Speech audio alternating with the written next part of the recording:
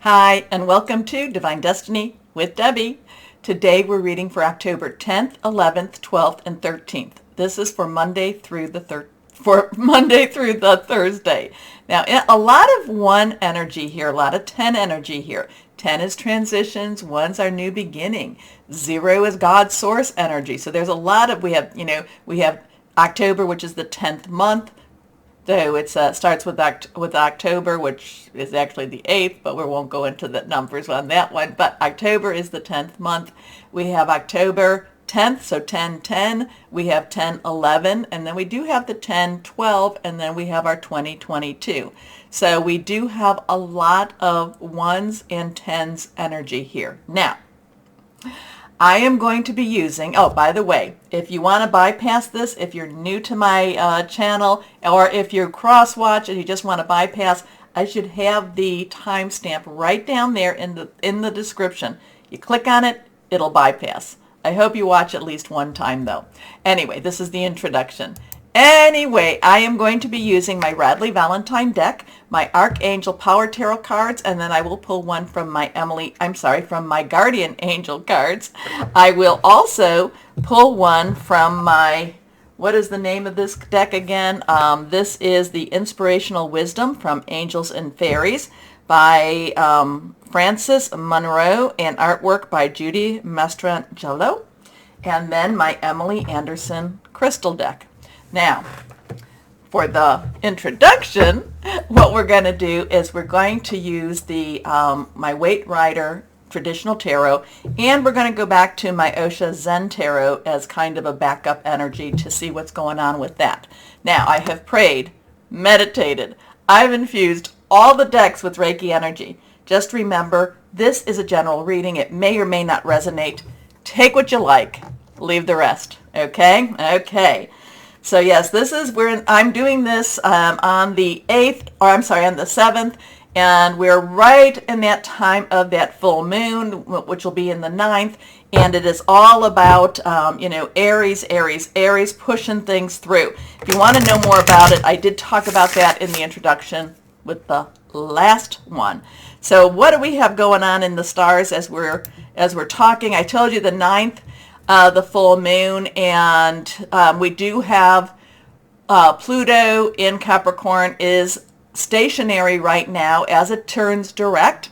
On the 10th, we have Mercury, which is direct, but it's entering into Libra at 7:51 p.m., and that will be Eastern Standard Time. And it will be, Mercury about communication, electronics. It will be opposing Jupiter, which is in Aries. So, there might be a little bit of that friction energy going on, especially between, what we're saying and what we want and what actually is happening. Because Jupiter is all about largesse, it's all about good fortune, but Mercury is Mercury in Libra does try to keep a balance, does want a balance in communication, but it just, because they're opposing each other, there might be a little bit of a friction, especially on that 10th, and again, 10-10. So then Libra, the Sun in Libra and Venus in Libra on the 12th and 14th will be trining Saturn. So that actually will be a good energy for Saturn, which is retrograde in Aquarius right now. So that will actually try to create some balance for that energy. So let's see what we've got here. Let's see what we've got here for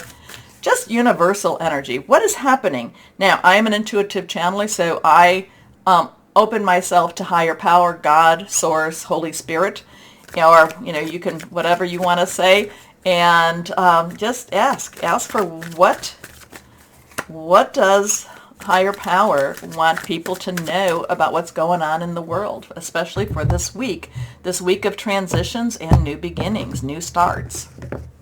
The ones have it.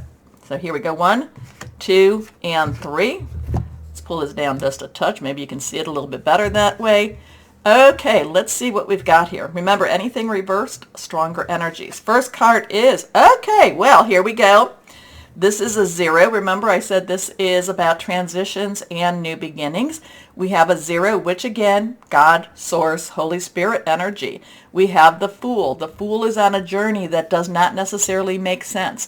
The Fool is taking, where the directions say to turn right. The Fool either goes direct or goes to the left. The Fool just is going by his gut or her gut alone. Okay? But the Fool also goes by total faith, knows that he's on a journey, she's on a journey, and just says, you know what, higher power, I'm trusting you in my journey. So something going on. Again, 0, source energy. Again, the Fool, a new journey, a new transition, something's a changing, something, is bringing us to another step in our journey, but it's all about having faith. Having faith and just knowing and believing that things will turn out the way higher power wants them to turn out. And the thing is too, that is for the betterment and the good of the good people. Okay, let's see, and that was reversed. Next card is, okay, here we go here, and that again is reversed. Now we have a 7. 7 is a divine number. I look at it as a divine umbrella, divine covering, divine intervention, sometimes divine interference. We have rod energy or wand energy. That is our Leo, Sagittarius, our Aries energy. And we do have Aries, strong, Jupiter in Aries right now. And the moon, that full moon, even though it's right after the full moon, that 9th, we still have that very positive Aries energy pushing things through. Now, the 7 of Rods is basically about not giving an inch, standing firm. So it kind of goes along with believe in what's going on around you, believe in something more than you, and don't give up. This is all about not giving up. This is about standing firm. Sometimes they'll say this is protecting what is your own, okay? But at the same time, it's stand firm, don't give an inch type of energy here. So let's see what we've got here now. This one, now we come to the 13th. Now we will have the 13th here, so we have October 13th. 13th is a 1, new beginning again. 10, transitional energy.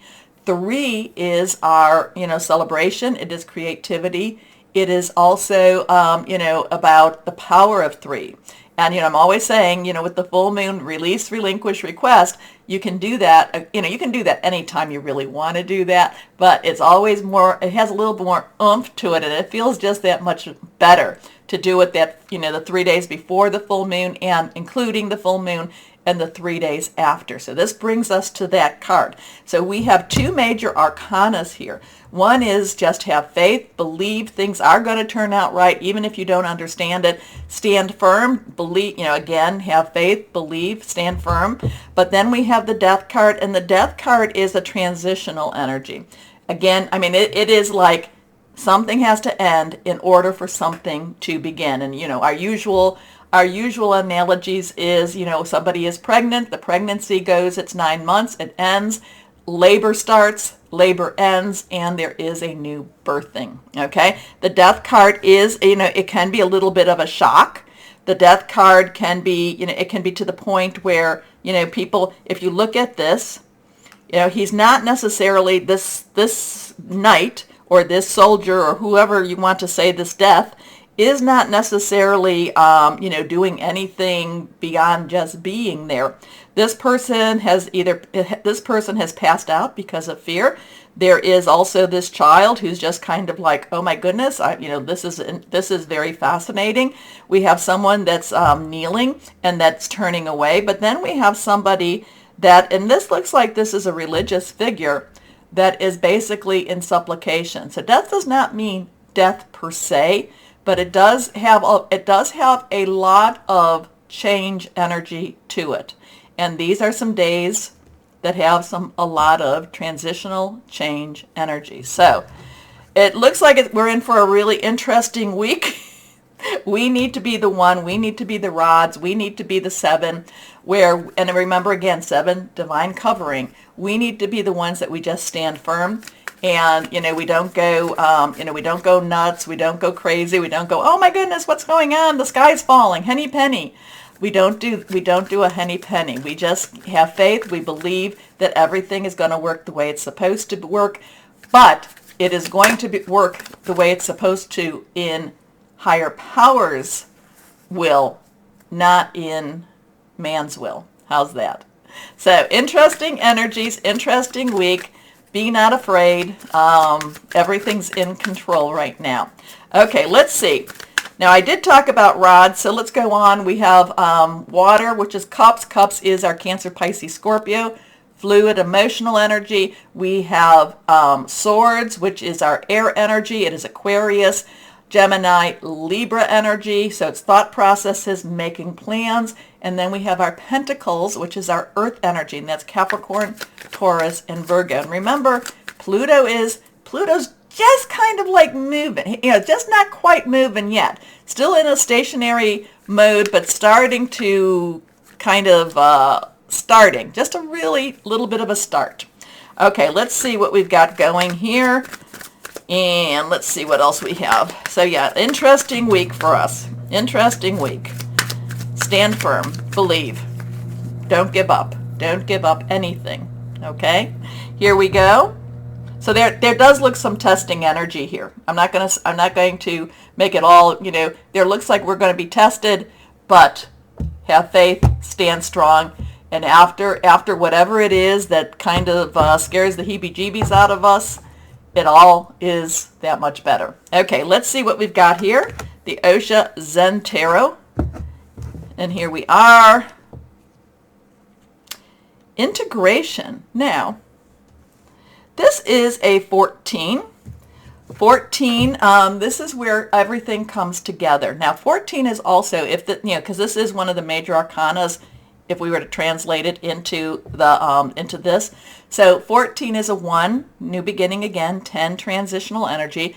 4 is our leadership, organization. It's very much a stable energy here. This would be the Temperance card. This is where things come to balance. This is where we don't go to the highs, we don't go to the lows. We try to keep balanced, okay? Libra is all about balance. Now, but we do have integration, and I'm kind of wondering if we have the integration maybe on the 14th, so after we get through the week, maybe the Friday is where things all come together for us. We have yin and yang, or yin and yang. We have a higher power looking down.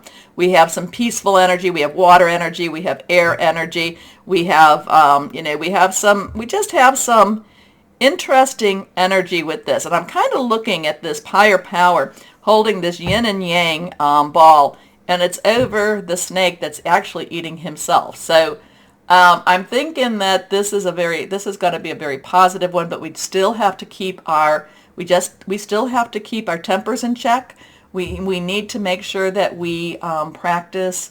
I don't necessarily know that we practice compromise, because compromise has always been fine, whatever you want to me. But I would say that this is where we have to keep our balance. Okay. But it looks like, integration is about everything coming together. So, interesting week. Let's see what happens. Keep your energies high. Keep your vibrations high.